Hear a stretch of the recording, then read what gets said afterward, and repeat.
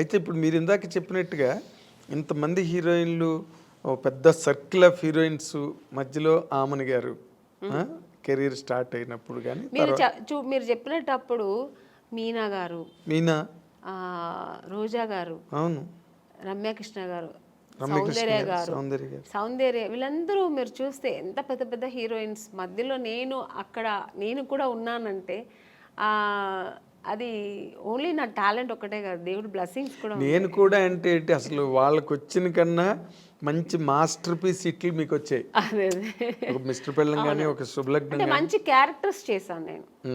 Stardom అనేది పక్కన పెడితే పెద్ద పెద్ద స్టార్స్ నేను చేయకపోయి ఉండొచ్చు, బట్ మంచి మంచి డైరెక్టర్స్, పెద్ద పెద్ద స్టార్ డైరెక్టర్స్తో చేశాను. అవును, అంటే బాపు గారు పేరు చెప్తేనే తెలియని ఎవరు అసలు. బాపు గారి సినిమానా, పైగా ఆయన సినిమాల్లో హీరోయిన్స్ బాగా అవును ఫ్రేముల్ లాగా గీసి మరి అందంగా చూపిస్తారు. అందం లేని వాళ్ళు కూడా అందంగా చూపిస్తారు అది ఆయన అన్నమాట. అలాగే కె విశ్వనాథ్ గారు, కె రాఘవేంద్రరావు గారు, దాసనారాయణరావు గారు, కృష్ణారెడ్డి గారు, ఇలాంటి వాళ్ళు డైరెక్టర్స్ అంతా చేసే అవకాశం, మంచి మంచి క్యారెక్టర్స్ చేసే అవకాశం, అది నా గాడ్ గ్రేస్. అదే ఇందాక ఇప్పుడు మీరు ఇంతమంది హీరోయిన్ లిస్ట్లో మీకు బాగా క్లోజ్ ఫ్రెండ్స్ అని చెప్పుకునే వాళ్ళు ఎవరండి? నాకు ఎందుకంటే మీకు ఆ ఫ్రెండ్షిప్ అన్న యాంగిల్ చాలా తక్కువ. అవునండి, నేను ఎక్కువ ఫ్రెండ్స్ ఎక్కువ మెయింటైన్ కాదు, నేను ఎవరితో ఎక్కువ మాట్లాడను కాబట్టి మూవ్ అవ్వను. సో అందుకని నేను ఎక్కువ అలా మూవ్ అయ్యి మాట్లాడే ఒక హీరోయిన్ సౌందర్య గారు.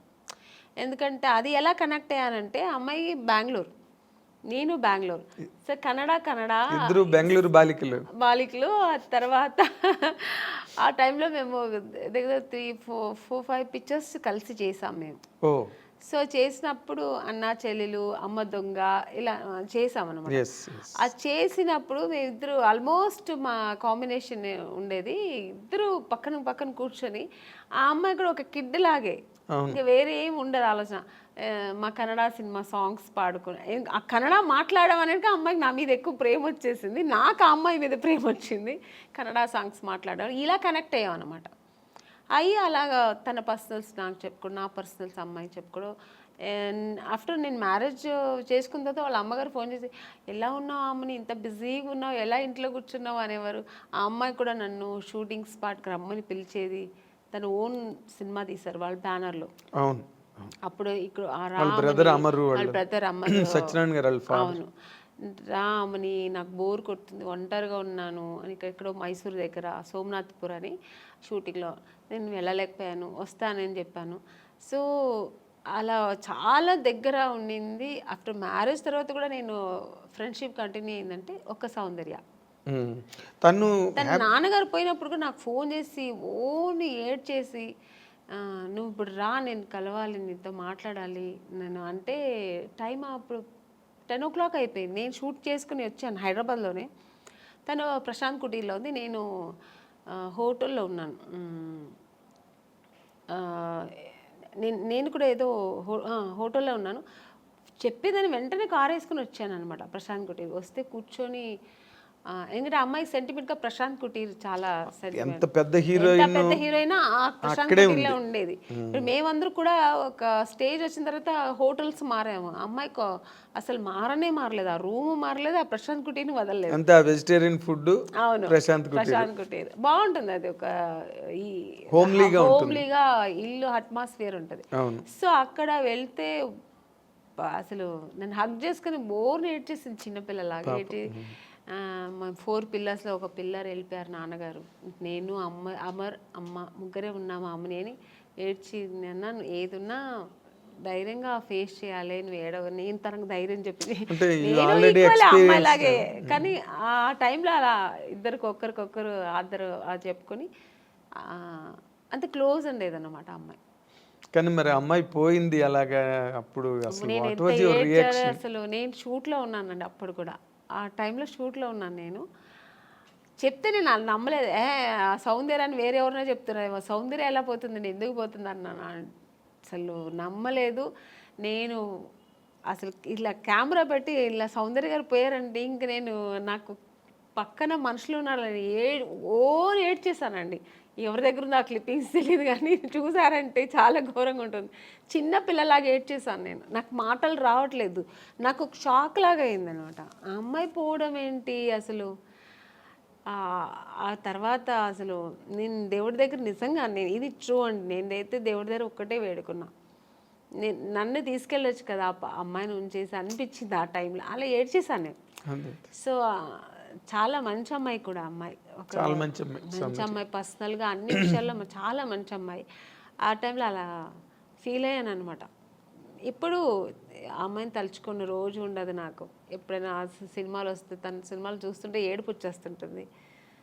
నేననే కాదండి, అందరికీ సౌందర్య అంటే చాలా ఇష్టం. ఎందుకంటే అమ్మాయి ఎప్పుడు ఎవరిని ఒక్క మాట కామెంట్ చేయడం కానీ లేకపోతే ఇంకోళ్ళని క్రిటిసైజ్ చేయడం కానీ ఆల్మోస్ట్ మీలాగే మీ ఇద్దరు కనుక త్రాసులు వేస్తే అలాగే మంచి మంచి క్యారెక్టర్స్ చేసింది, మంచి ఆర్టిస్ట్, ఒక అమూర్ లాంటి సినిమా చేసింది, మంచి మంచి సినిమాలు వేసింది అలా. కానీ అమ్మాయి ఒక మంచి లైఫ్ చూడలేకపోయింది కదా అనిపించింది. వాస్ షీ హ్యాపీ అండి బిఫోర్ మ్యారేజ్ ఆల్సో?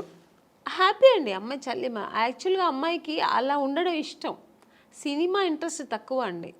తను నాన్నగారు చెప్పారని హీరోయిన్ అయింది, కానీ తర్వాత తనకి ఇంట్రెస్ట్ వచ్చి తర్వాత చేసింది, అది వేరు. తన ఇష్టం ఏంటంటే మామూలు మన ఒక లైఫ్ ఉంది కదా, మ్యారేజ్ చేసుకోవాలి, మనం మామూలు ఒక సామాన్య మనుషులాగా ఉండాలని, హౌస్ వైఫ్ లాగా మన అందరిలా ఉండాలని చాలా ఇష్టపడేది. నాకు తెలుసు అమ్మాయి అలాంటి ఒక లైఫ్ ఆ అమ్మాయి అనుభవించకుండా వెళ్ళిపోయింది.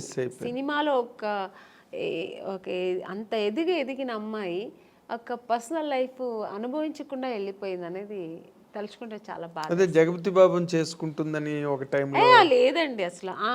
జగపతి బాబు గారికి ఆ థాట్ లేదు. ఆయనకు ఆల్రెడీ మ్యారేజ్ అయ్యి పిల్లలు ఉన్నారు. ఆయన అలా లేదు. జగపతి బాబు గారికి సౌందర్య అంటే రెస్పెక్ట్, అట్ ఎ టైం ఆయనకు చాలా ఇష్టం కూడా అమ్మాయి అంటే. ఆర్టిస్ట్గా మంచి ఆర్టిస్టు, వాళ్ళు బ్యానర్లో చాలా చేసిన సినిమా 2-3 సినిమాలు ఏదో చేసింది అనుకుంటా. సో అంతే తప్ప అలాంటివి లేదు. సౌందర్యకైతే అసలు ఆ థాటే లేదండి, అస్సలు లేదు. మీకు ఆ థాట్ ఉంటే ఆ అమ్మాయి, ఎందుకంటే వాళ్ళ అన్నగారు చెప్పిన అమ్మాయి అబ్బాయిని పెళ్లి చేసుకుంటుంది.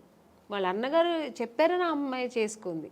వాళ్ళ అన్నగారు చెప్పి ఏ మాట, నాన్నగారు ఉన్నంత వరకు నాన్నగారు మాట వినేది. చిన్నపిల్లలాగే అండి వాళ్ళ ఇంట్లో. నెక్స్ట్ అమ్మకి కూతురులాగే ఉండేది తప్ప చెల్లెలాగా ఉండేది కాదు. అవును, అమ్మరు ఏం చెప్తే అది వినేది. అమ్మరే అంత డెసిషన్ అంతా కూడా ఎప్పుడు కూడా. అలాంటి అన్నప్పుడు ఇంకా జగపతి బాబు గారి మీద అలాంటి అసలు అదంతా ఊరికి అప్పుడంతా ఇండస్ట్రీ అంతా విపరీతంగా మాట్లాడుకున్నారు. లేదండి, మీ చెవిలో పడిందో లేదో నాకు తెలియదు, తెలుసు నాకు కూడా, బట్ లేదు అలాంటి లేదు. ఆ అమ్మాయికి లేదు, జగపతి బాబు గారికి కూడా లేదు అలాంటి. ఆయన అసలు అందరితో బాగా క్లోజ్ గా మాట్లాడతారు. అలాగే ఆ అమ్మాయితో కూడా ఉండేవారు అనమాట. కాకపోతే అంటే ఎక్కువ సినిమాలు కలిసి చేశారు, అందుకని అలా వచ్చింది అది. వాళ్ళిద్దరూ కొంచెం ఒక 4-5 సినిమాలు కలిసి చేశారు ఆ టైంలో.